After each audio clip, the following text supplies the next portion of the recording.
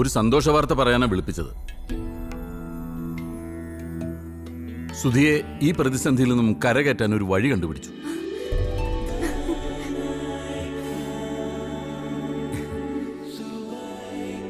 ഈ പ്രഗ്നൻസി കുട്ടികളുണ്ടാവാത്ത മറ്റു സ്ത്രീയിലേക്ക് ട്രാൻസ്ഫർ ചെയ്യാൻ ഞാൻ തീരുമാനിച്ചു.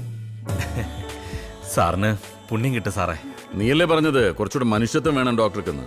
ഞാൻ മനുഷ്യനായതിനു ശേഷമാണ് ഡോക്ടർ ആയത്. എങ്ങനെ നന്ദി പറയണമെന്നറിയില്ല. ഈ പറയുന്നതൊക്കെ നടക്കും ഡോക്ടർ? എല്ലാം നടക്കും. ദാ കാരിയറുടെ ഫുൾ ഡീറ്റെയിൽസ് ഇതിലുണ്ട്. Perfect selection. കാരിയറും ഡോണറും തമ്മിൽ നല്ല മാച്ച്. ദാ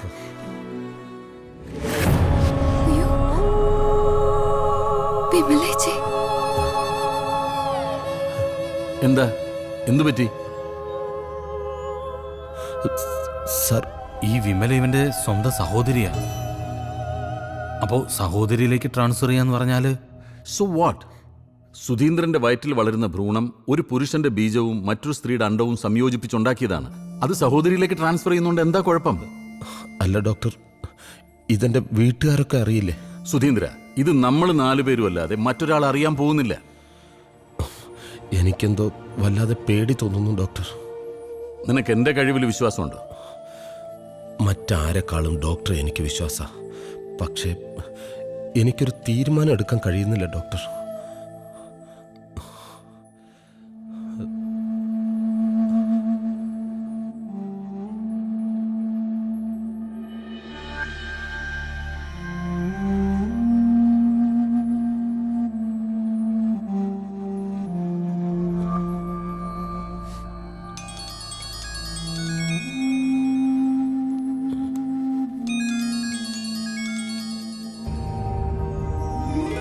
ഏട്ടാ, ഒരു സന്തോഷ വാർത്ത പറയാനാ ഞാൻ വിളിച്ചത്.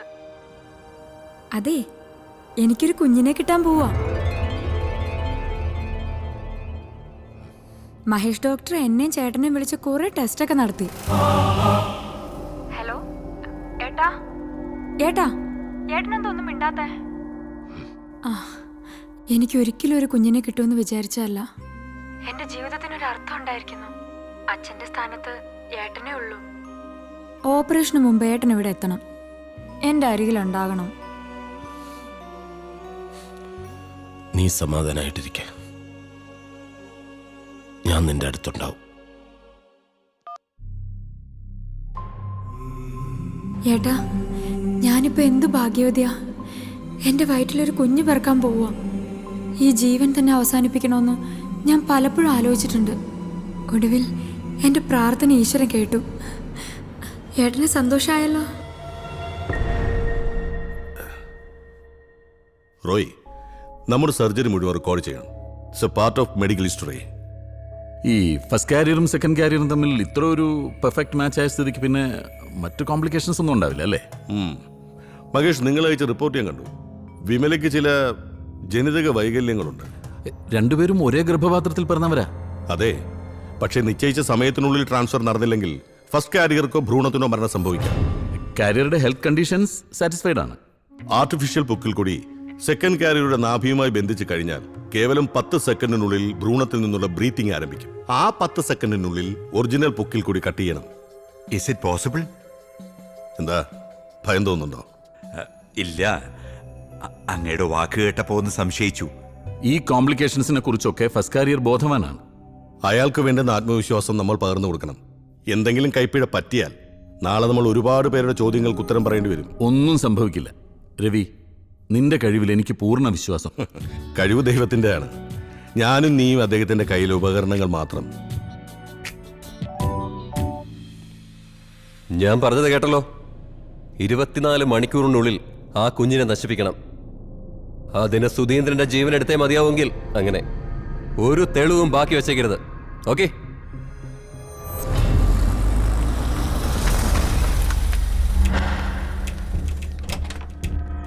നിങ്ങൾ സുധി ആംബുലൻസിലേക്ക് കയറ്റിക്കോളൂ, ഞാൻ പുറകെ കാറിൽ വരാം. Okay sir. സൂക്ഷിച്ചു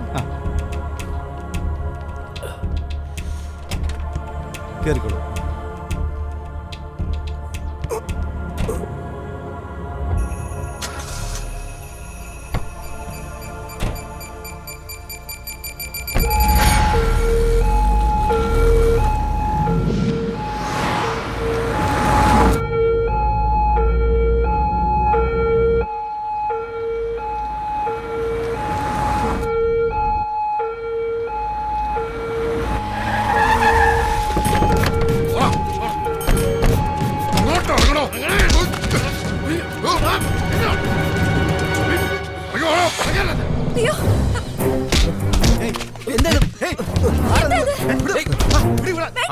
ഒന്നും ചെയ്യരുത്.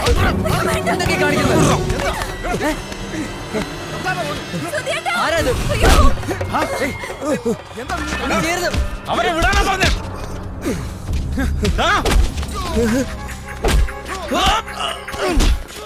സുധിയേട്ടാ. അയ്യോ. ഒന്നും ചെയ്യല്ലേ. വേണ്ട. വേണ്ട. അയ്യോ, ഒന്നും ചെയ്യരുത്.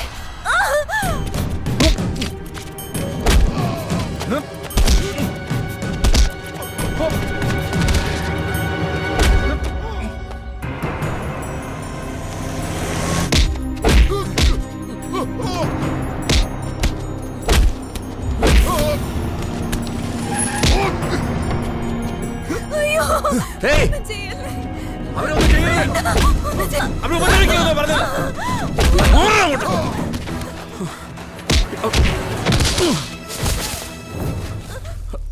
സുധി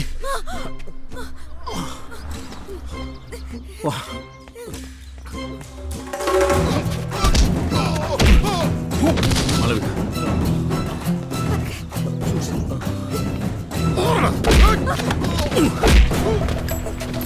ആംബുലൻസൊക്കെ ആയിരിക്കും.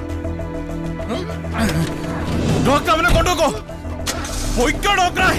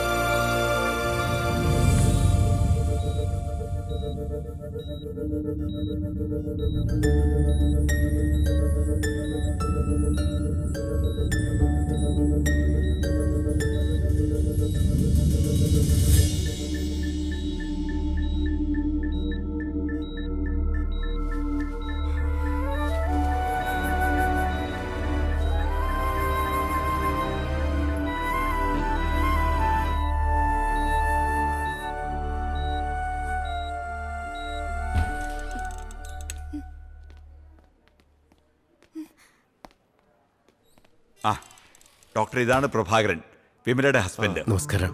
പ്രഭാകരൻ ഹാപ്പി ആയിരിക്കും. സർജറി വളരെ സക്സസ് ആണ്. 3 മാസം കഴിയുമ്പോൾ നിങ്ങൾ ഒരു കുഞ്ഞിന്റെ അച്ഛനാകും. Thank you doctor. റോയ്, നീ കാണിച്ച ഈ മനസ്സുണ്ടല്ലോ, അതിന്റെ വലിപ്പം, it's unpredictable. I'm proud of you my dear.